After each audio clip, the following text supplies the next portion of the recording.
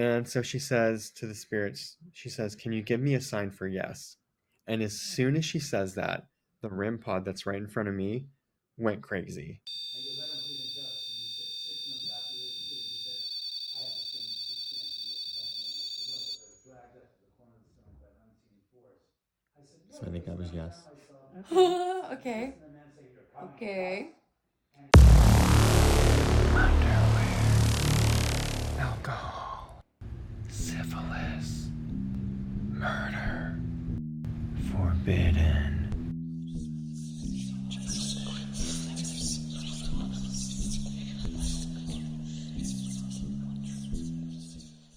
And we are back after what seems to be a long break, but fun things to talk about today, I guess.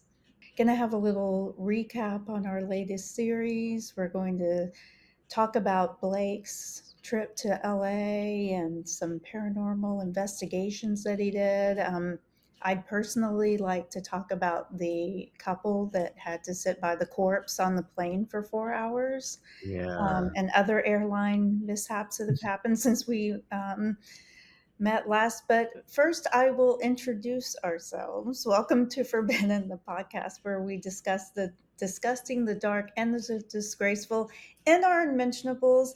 Yes, we've slipped into something a bit more comfortable. Have a cocktail in hand. Hope you are doing the same, listener. Welcome. My name is Amanda Kamada, And I'm Blake Roberts. and this is our first talk of shame in quite some time. Yeah, and maybe our first for YouTube. I think I think so. we recorded one a while back that never made it to YouTube. Yeah. So this is our inaugural talk of shame on YouTube. So Yeah. this should be quite fun. I think it's a good one to start with. And our first of 2025, I believe. Mhm. So far, we've made it. I feel like 2025 has been quite interesting so far. I don't know about for you, but for me, it certainly has been. It has been personally, professionally, and politically. Yes, and psychologically. Yeah. Tell me what's been going on. I want to hear all about this trip that you had. Yeah. So, we run this fundraiser. The company I work for is called Colossal. And we run a bunch of fundraisers every year. This particular one is one that I developed called Face of Horror. And it's an online competition for fans of horror movies.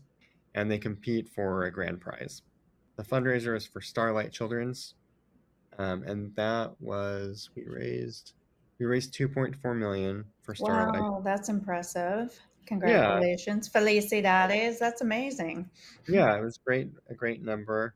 And the prize for the winner this year was a photo shoot at Sony Picture Studios in Hollywood or in Culver City in Los Angeles at the Ghostbusters headquarters. Oh, okay. I saw some pictures that you posted on the Mhm. social sphere, and it looked like you were ghostbustering it. Yes, childhood fantasy fulfilled. It Was it was. cool? Yes, I've always loved that movie. I even love the two newest movies.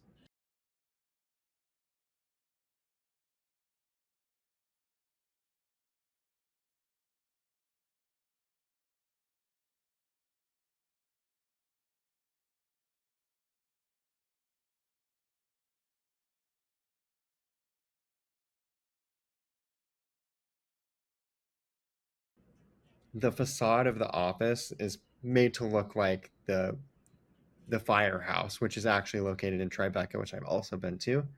But they had tons of like movie props and memorabilia. We got to meet Jason Reitman, who's the son of Hmm. Ivan Reitman, who's the new writer, director, producer Very cool.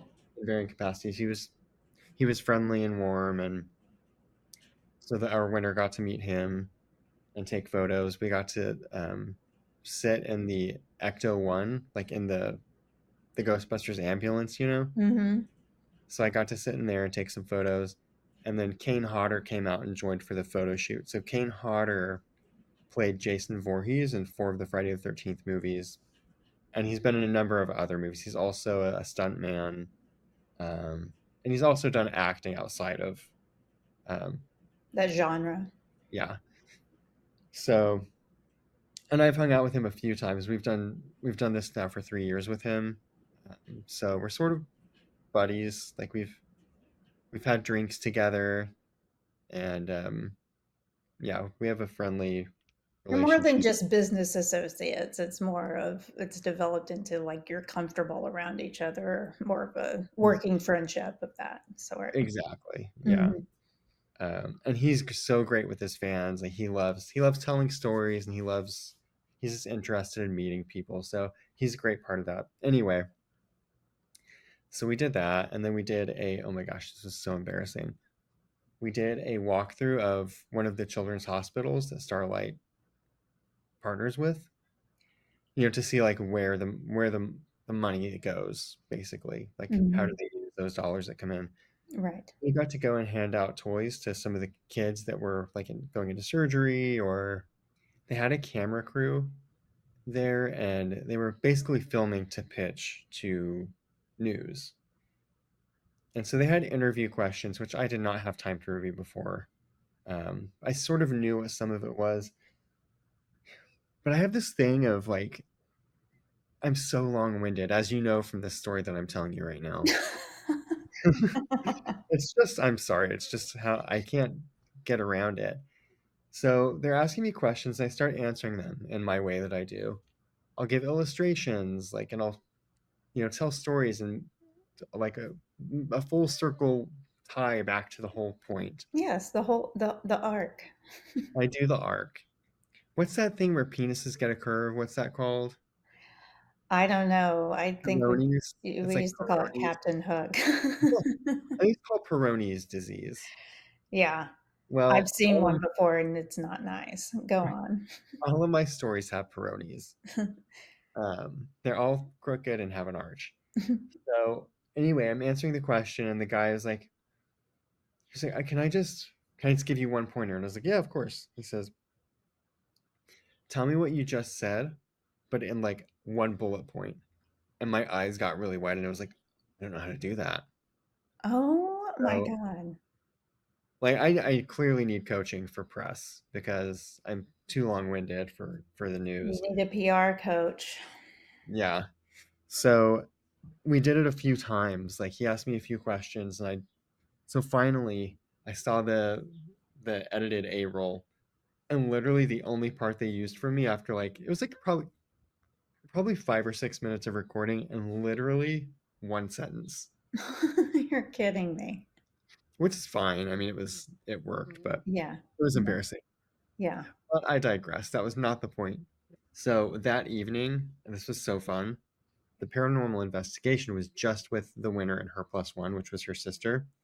So the winner's name is Elvia. She is from West Virginia. Super sweet. So, sort of like demure is maybe the right word. Like a little soft spoken, but still like warm and bubbly, like giggly. She's like cute, just we get to David Oman House. Not like Omen like the movie The Omen, but Oman. It's 7, we get there at 7 p.m. This thing is supposed to last from 7 to 10, and we were there until 11:30. Wow. And even then I was like, all right guys, like we got to go. So, it was fun. But so we get there at 7. So it's dark out, right? Because it's winter here.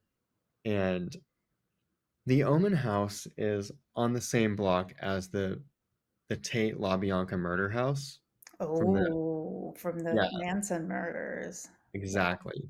Okay. That house was bulldozed years ago, but the Omen House is maybe two or three houses up the block. Like we parked, and he walked us to the edge of that property so we could see like where That that all was. happened. Yeah. Um, so we get back to the house, and it's a 3-story. It's like in the hill, right? It's the Hollywood Hills, Cielo Drive. So it's a 3-story, and the main level is the top floor, and then it goes down from there, like into the hillside. And it's not like one of those like amazing mid-century modern homes. It's like maybe 70s. Mm-hmm. Architecturally, it's sort of unremarkable. And I don't. My house is unremarkable too. I don't mean that in like in any sort of way. Right. But so we're on the main floor, and there's lots of memorabilia around, and like this guy works in the film industry, so there's like movie, like entertainment related things around. There's like a few portraits of Sharon Tate on the wall. She was so beautiful. Oh She my was God. so beautiful. Stunning. He's got a lot of things around. Um, and then we notice he has a camera pointed at one of the shelves. So we asked him about it, and he says he's got like 26 or 27 cameras throughout the house, like on like a closed circuit system or whatever that's called. So he at all times is recording everything, because his house is haunted. So he's got this one camera at this one shelf with these figurines on it, and that was the first thing that we saw was one of the figurines fell over. Oh my And everyone's a little bit like, all right, like it's an older home. It's built into the hillside. Maybe it's like sort of uneven, and it's like an older piece of furniture. So maybe you've got like 7 people walking through here. Maybe it's just like the footsteps knocked it over, right? God. Right. There's that. It ended up happening like 4 or 5 times, and it wasn't the same figurine every time. So that was thing number one. The second thing we noticed was there was like a dinging noise, and sounded like a little bit different every time, so it wasn't quite the same. And he was like, that might be the service bell. It's like one of those doorman bells that you see in like a Downton hotel. Abbey. Yeah. So I walk over with my camera, with my phone, and I'm recording, and I get really close to it, and I hear it, and it's not the bell. So I move further over, and there's a music box with Frank Sinatra on it from like, I don't know, maybe like from the 60s or something.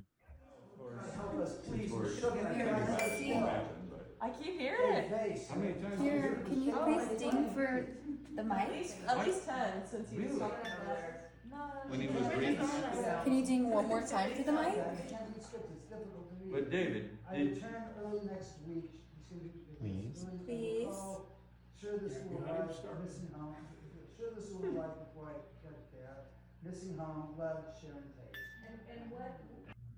The music box is dinging, and he tells us that the springs in the music box are dead. So like I picked it up, and there's not like wires or anything, you know. So that was the second thing, and that went on for probably 3 minutes. And then we go down to the middle level, and on the middle level we didn't experience anything on the middle level except for there was a couple of rooms where some people felt like tightness in their chest, like difficulty breathing. Mm-hmm. But there's a room with like exposed earth wall in it, which was just creepy. Yeah. Nothing happened there. It was just creepy. I just wanted to point that out. Yeah. That would feel really weird. Yeah. Yeah. So we go down to the bottom floor, and all of this time we have ghost hunting equipment, investigation equipment. So we have EMF readers, which measure electromagnetic frequency. We have RIM pods, which is, I know. We all had RIM jobs. It was so spectacular. I mean, spectral. It's sort of similar to an EMF reader, I think. The EMF reader is like a handheld device, and it like lights up.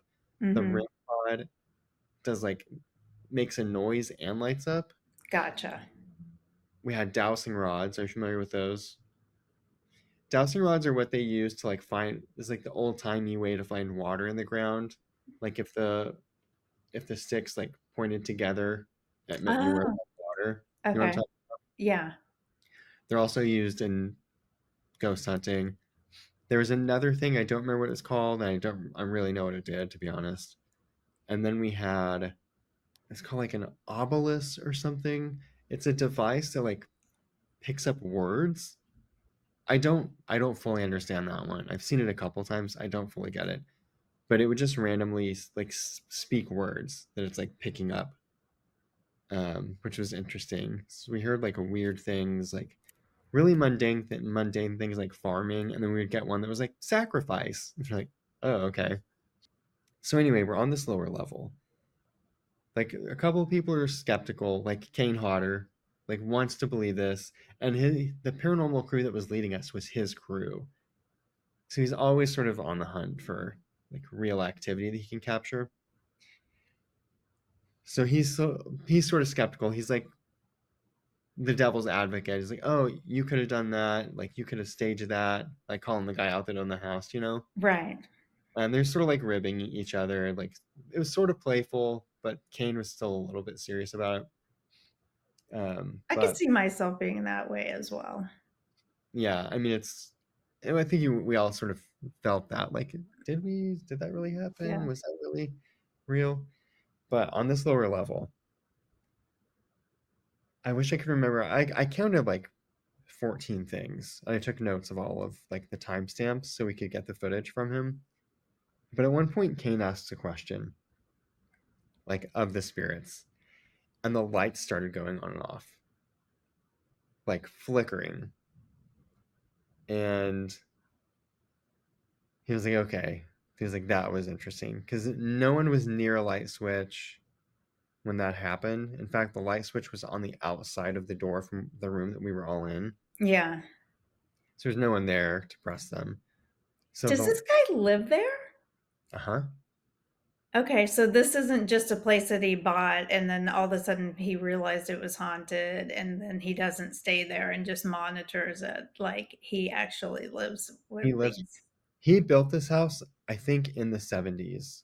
After the Tate LaBianca house was bulldozed, he Yeah. built this house and he's lived there ever since. And do they think that this house is haunted because of what happened next door or a few doors down? Yeah, that's his story. Because I mean, they may have gone there because House was torn down. the house was torn down. Yeah. I mean, you got to go somewhere. Yeah, and if Maybe. they're bulldozing, things like attach themselves to objects sometimes. Hmm. It could be that when they were bulldozing, like some of that debris ended up on that property, or who knows. Hmm. Um, Anyway, I digress. Go on more about what happened in the basement or there's the all lower sorts, level. yeah, there's all sorts of things. Like we heard off in the distance, like a pack of coyotes that got an animal. So they're all doing that like crazy howling, you Hmm. know. So yeah, so the lights are flickering on and off, and that happened a few times. And then there's a point where our videographer, her name's Taylor, she has the dowsing rods, and we're all at this table, or a few of us are at a table, I should say. And so she says to the spirits, she says, "Can you give me a sign for yes?" And as soon as she says that, the REM pod that's right in front of me went crazy. Like it lit up and like the sound started squealing. And then her dowsing rods went together at the same moment. And I look over at her face and she's just like frozen, like And he goes, I don't believe in ghosts. And he said, 6 months after we were shooting, he said, I had the strangest experience in this fucking room. I said, what was it? I was dragged up to the corner of the ceiling by an unseen force. I said, so what I is think this? that was And I yes. found myself. Okay. Listen to the man say, you're coming Okay. across. And he said, Show us "No, now, put me down." He says, I please. found myself sitting bolt upright in the bed on the opposite. You missed it, Kane. This thing just went off. We started asking questions and that thing went crazy. So what? What did you say? Show us. I said, show us yes, and then it started going off. Okay. Saying? Or This does it is say cute. words, that one? Camera. She said, It said camera? Yes. Oh my is it god. recording? That happened a few times where we would ask a question and the REM pod would react, and then one of the EMF readers would react at the same time. So it's like different devices that are reacting, not just like one thing. Right. It's not like a fluke, you know? Right. And then we decided to do a seance.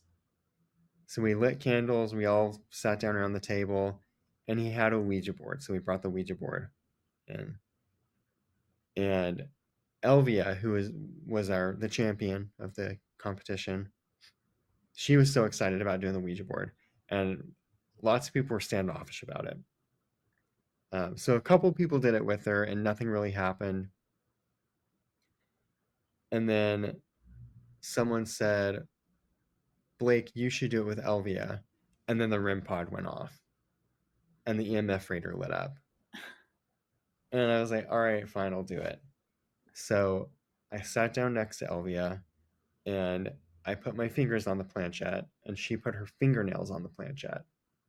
So not even like pressing, like I could see her fingernails like tapping onto it. Uh-huh. And I looked away from the board because if something happened, I wanted it to be clear that I wasn't. So I looked to my left, which is where her sister was sitting, and I just kept looking that way. So I asked the question because if you remember, I've I've had ghost like paranormal experiences before when I lived in Savannah, and like several. Mm-hmm. So my question was, have we met before? And I'm looking over and I feel the thing moving, and I look down and it's on yes. And then Elvia says, can you tell us the first letter of your first name? And again, I'm looking away and I feel it moving, and it's on C. And it's like, well, I don't know anyone. Like, I can't think of anyone who's passed away with the first name that starts with C. Mm-hmm. And we asked a couple more questions, and nothing else really happened from there, which is interesting. And yeah, the EMF reader went off a few times. That little voice box, Oculus, Obelus, whatever it's called, went off several times, and at one point it stopped. The REM pod stopped reacting when I started filming, and then the little voice thing said camera. And I was like, oh, maybe it wants me to turn my camera off. Yeah. I turned my camera Oh. off, and then it did more. It was just a lot of like little things that happened. Yeah. Yeah. It was crazy. That is crazy. It was pretty exciting. Like I think most of us had a good time. Yeah. Yeah. Very cool. Hmm. I've never done anything like that before. I would Yeah. assume you haven't really either. No, not like that. Not like with. Not that in depth. I mean, you had. I mean, that was like one of those shows on TV where they take people and do like paranormal investigations and stuff like that. Like, I mean, it was almost like being on a TV show.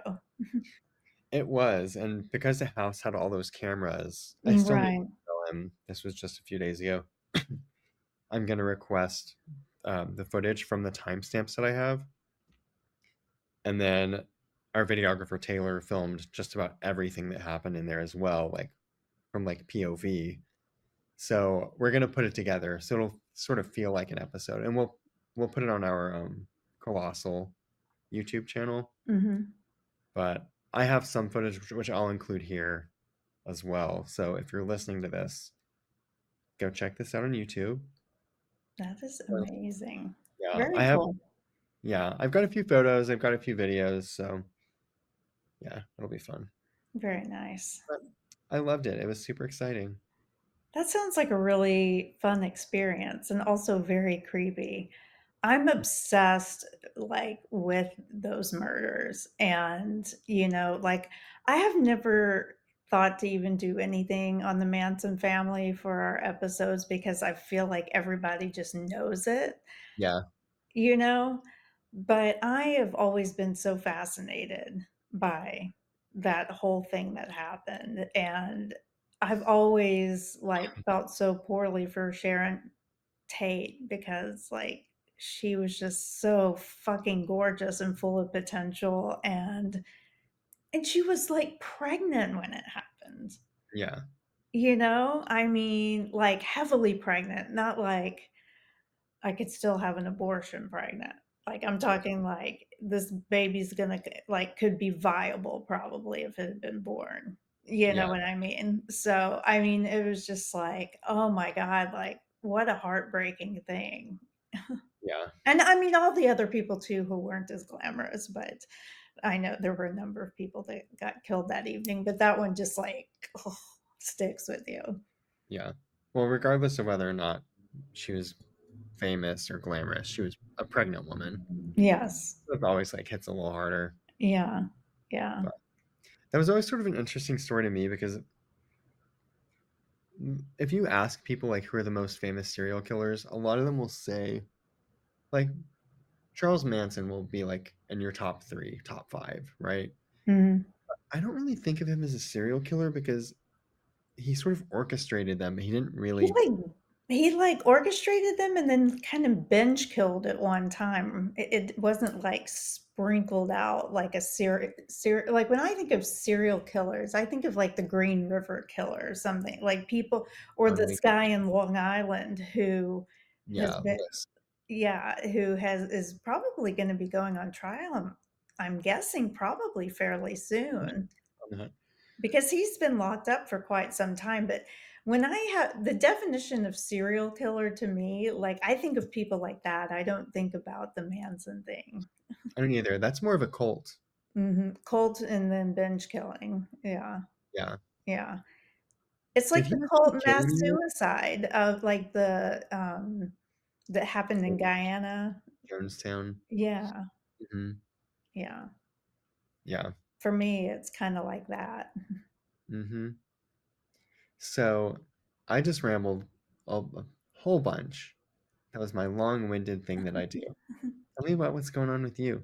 Oh, just doing the new job and everything. I've been really, really busy the last couple of weeks. My dog just barked. My apologies. I'm sure you can hear her. And Bodega. So thanks a lot, guys. They're protecting me. Maybe there's a ghost. Yeah, you're a cult leader. Yeah, but no, I just really enjoyed this last. Well, I really enjoyed like what you just told us all about your adventure. Like that's so cool, and it ties in so perfectly to the end of our series of the paranormal and unexplained. And yeah, I don't know. I've got another story though to tell about that, and Yeah. it's not about, like, seeing things, like, in person and that sort of thing. I also, like, get channeled through my dreams. I don't know if you've ever experienced that at all? Yeah. Tell me about it. Okay, so my great-grandmother, like, on my dad's side, passed away when I was, like, probably I think I was, like, early junior high, like, 8th or ninth grade maybe, so early teens. She was not that old in the grand scheme of things. I mean, she seemed really old to me back then, but she was probably like in her mid 70s or something like that. Mid to late 70s is my guess. And she was always very like active and stuff like that. I mean, she still drove her car and all that kind of stuff, and she was completely healthy. And then like she got liver cancer in November and then was dead by February. It was like that aggressive. So it happened really quickly. And I remember like I talked to her. She went home to do hospice because she didn't want to die in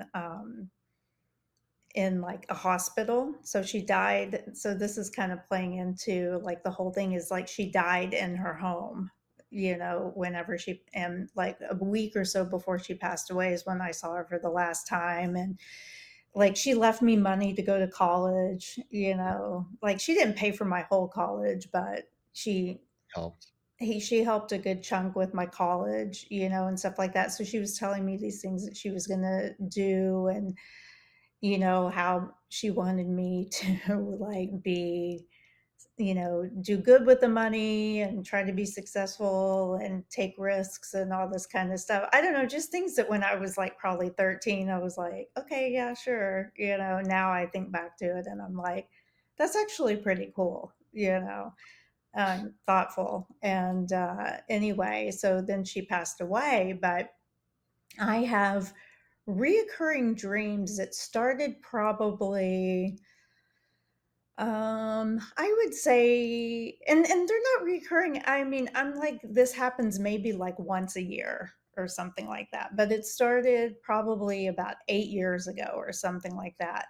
And it feels like at least once a year when I go to bed and she comes to me in my dream and she looks to me like she's still like in her 70s. Like she doesn't look like she's aged at all.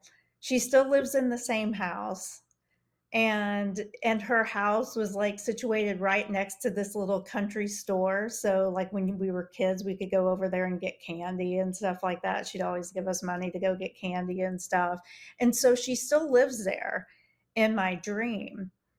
But she always says to me, like, why don't you ever come and see me? And it's almost makes me feel like she thinks that I'm going home to Arkansas to, but I'm seeing like my other grandparents and stuff like that that I might see in person. Mhm. But she says like, why don't you come and see me? And when she says, why don't you come and see me? It's not like at the cemetery where she's asking me to go. She's asking me to go back to her house. Now, listen, she died in that house. So I'm wondering if she is like, if her spirit is still in that house. And Do when people live here right now? I'm sorry? Do people live there right now? I don't know. I have no idea. I know it's still standing. I should try to contact them and like go there. Let's go and let's take Kane Hodder and some paranormal investigation equipment. We'll take REM pods. But it's so weird because she talks to me in my dream like she's still living there. And she wants to know why I never go see her, because and it's like she's getting her feelings hurt because I'm going to see my, well, since then my grandmother has passed away, so it's just my grandfather that I go to see, but she knows that I'm in that area is basically what, and I'm not coming to see her. Yeah. So it's like, is it because I never go see her at the cemetery? Because I don't really do cemeteries. Like, I don't go visit people at cemeteries, really. I'm not comfortable with it. I've gone and seen my Nana like a couple of times, but like each time it just like made me upset. And I was just kind of like, why am I even doing this? Because like they're dead. Like, Yeah. I like a good cemetery if I don't know anyone in it. Yeah. You know what I mean? Uh-huh. Otherwise, I don't like to go and like, I don't find comfort being at a cemetery for a loved one, you know? Yeah. So that's why I wonder. So no, I don't go and see her. You know, she might be saying, why don't you come see me at the cemetery? But then I'm like, why do you visit me in my dream and you're living in your house? Yeah. You know So what I I do mean?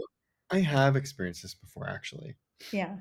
And it's been ages, and I actually had sort of forgotten about this.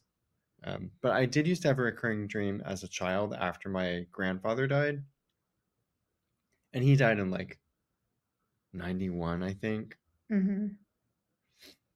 Um, but and he lived in Oklahoma City and we lived in Tulsa, so we weren't super close, but we loved Grandpa Gene. So I had this recurring dream for probably a few years, probably like you, like not super regularly, but it would come back. It was pretty much the same every time where I was shot in a shopping mall with my mom. There was like almost like a mirror, like portal in the mall where you could see basically the mall reflected back in it, but it was different. Hmm. People were different, not like zombies, but just sort of like alternate reality. Like it was a little bit disturbing, like what is going on there, not having the answers. But I remember like getting lost in the mall and like losing my mom and ending up accidentally going through the mirror to the other side. Hmm. And on the other side, you know how old malls used to have like the fountain in it in the middle? Oh yeah. It had a fountain, but the fountain turned into a pond. And then there's like trees, and then you're like suddenly outside. And it almost was like Japan or like South Korea or something. There's like cherry blossoms and like beautiful Very trees, green. very green. And I got in this little boat and went across into this little island, and my grandpa was there to keep me safe. That's so And cute. that happened several times. Yeah.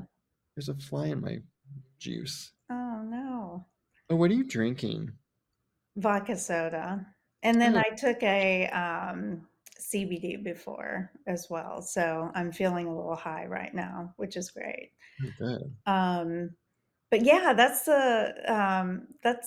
funny that you had like a dream. So I haven't had the dream in a while. It's probably been about a year since I've had it, but like I just thought I should investigate a little bit more into what this is all about because clearly she's trying to tell me something. Like my nana hasn't come through to me at all. I don't know what the hell she's doing wherever she is, but Crossed over. she's she's like seriously out. And, you know, like living it up wherever she is or whatever she's become since then because she has her spirit is not inhabiting me at all. Not inhabiting your dreams. No. No. But so yeah, that's kind of weird. And then I've had just some instances where I have like intuitions that sometimes when bad things are going to happen. Oh, good. Yeah. Don't tell me if you have any about me. I don't think I Right. have any about you. No. Yeah, I hope not. No. No. But yeah, all of that is really interesting, actually. Well, you keep me posted on your intuitions about me because I'm traveling out there in a few weeks on an airplane. And there's Right. lots of airplane drama right now. So I know. let me know if I need to cancel or change my flight. I would highly suggest you not change your flight or cancel. At this point, I have good feelings about the trip. Although, like, here's the thing. Usually, when bad things happen on airplanes, like that's when you feel the safest to fly in some ways because it's kind of like, What okay, are the that odds? just happened. What are the odds of this happening again? You know, it just happened. Like it's safer to, you know, than getting in your car every day and blah blah blah. Like I get that. Like I understand that. Uh-huh. I hate fucking driving. I wish I didn't have to drive anywhere. Um, but also right now, I just don't want to fly because of like everything that's happened and like it just keeps happening. Like Yeah. the thing in Toronto. Like what the What was the fuck? Toronto one? Yeah, a plane the Delta plane that landed upside down. I didn't know about that one. You don't know about that one? Yeah. It hit like it was landing and it had been like snowing and you know, I mean, it's fucking Toronto in February, right? Like it's inclement weather. And this Delta like flight, one of the smaller type planes, regional planes, was coming from somewhere and I want to say like Michigan or one of those states up there that are, you know, with Cold. cold and yeah, just Yeah. miserable in the wintertime. Um, and the plane landed and they don't know exactly what happened, but like the wing hit and it like flipped over. And there was like 80 people on board and nobody died, but like Oh, people good. were hanging like upside down in the plane. Like there is footage of it. Like, And you know, so many of those people shit or piss themselves upside yes. down. Oh, It was yeah. trickling Yes. I mean, I bet that plane was an absolute wreck. in But every sense. yes, for sure. No pun intended there, it just came And out. no shame either. Like, I guarantee you, if I was on that flight, I would have both shit and pissed myself. Oh, I would be dead because I would have had a heart attack. Yeah, that's possible too. I mean, for real, I think I would probably have had a heart attack if that happened to me on a plane. I've been in a car wreck before. You know about this car wreck. I've talked about it on this podcast. Listener, if you're new to us, I would highly recommend you going and listening to the Grimm series. You can hear about my accident that I had, but that was traumatizing enough. I mean, a plane, and then Oh, but no, you would have survived because you would have been on so much Valium or Xanax or oh something. yeah, I probably just would have ridden it out. You would have woken up upside down and be like, oh, What okay. happened over here? Such a White Lotus moment. Oh, are you watching that? I haven't started this season yet. I haven't either. Okay, good. Get But those things. I'm hoping to start it this weekend. Mhm, I just haven't had the time. mhm, But also on airlines, before we like go today, we have to talk about like speaking of spirits inhabiting you, because a couple had to sit for 4 hours next to a corpse on a Qatar Airways flight mhm. this past week. Um, How do I, you feel about that, Amanda? I don't I don't know. Like I can't even express to you how disturbing that would be and how freaked out I would be to have a dead person next to me on a fucking flight, sitting Uh-huh. right next to me. And I cannot believe that they did not like do some sort of emergency landing or accommodate these two people better than what they did. Like these people should never have to pay for flying again, ever, even if they ever want to fly again. They should have all of their vacations paid for the rest of their lives. I mean, I would sue the shit out of a airline if I was made to sit next to a dead corpse for 4 hours. Yeah, that is truly fucked. Yeah, that's a lawsuit. That's trauma right there, Yeah. for real. And I mean, that's my 5 cents about it. Like, I don't know how these people did it, you know? I'm sure there's going to be some sort of a payout there. Mhm.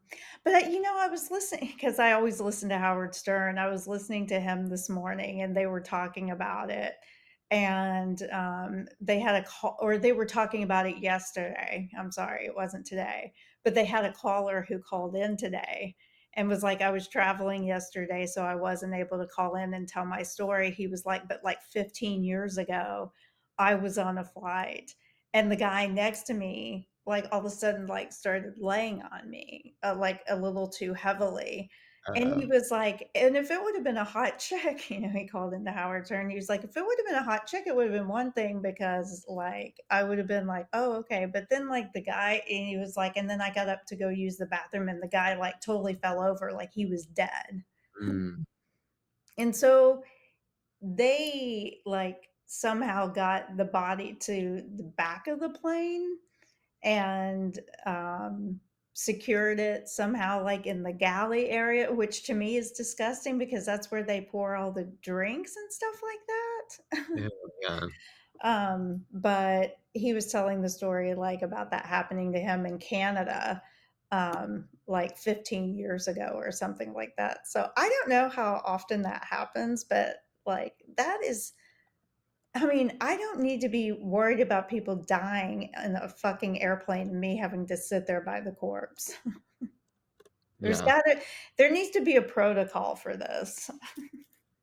And it's called land the plane immediately. Maybe they need just like coffin compartments. When someone dies, they just automatically shove them into there. Yeah, it's like one of those dumb waiters, they just like slide their body into something. It takes them down like to the storage area of the plane or something. Yeah. So creepy. Yes, very much. 4 hours is such a long time. It's a very long time. Yeah. Well, On that note, I'm excited about you flying out here soon. If hopefully you still alive. want to. Yeah. Hopefully I'll get there alive. I'm so excited. We have fun things planned. Yes. Um, Do we want to give or have we given a sneak peek into our next series yet? I can give just a really quick little thing. Before we before we go? Yeah. I would just say maybe something like get ready for our limited series Unsolved, where the shadows whisper secrets and the past refuses to stay buried.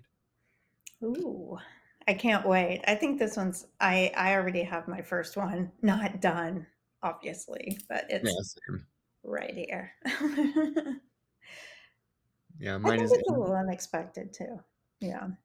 unexpected and unsolved. Unexpected, unsolved. Yes. Well, Blake, where can people continue to listen to this banter of ours and watch us as we make fools of ourselves?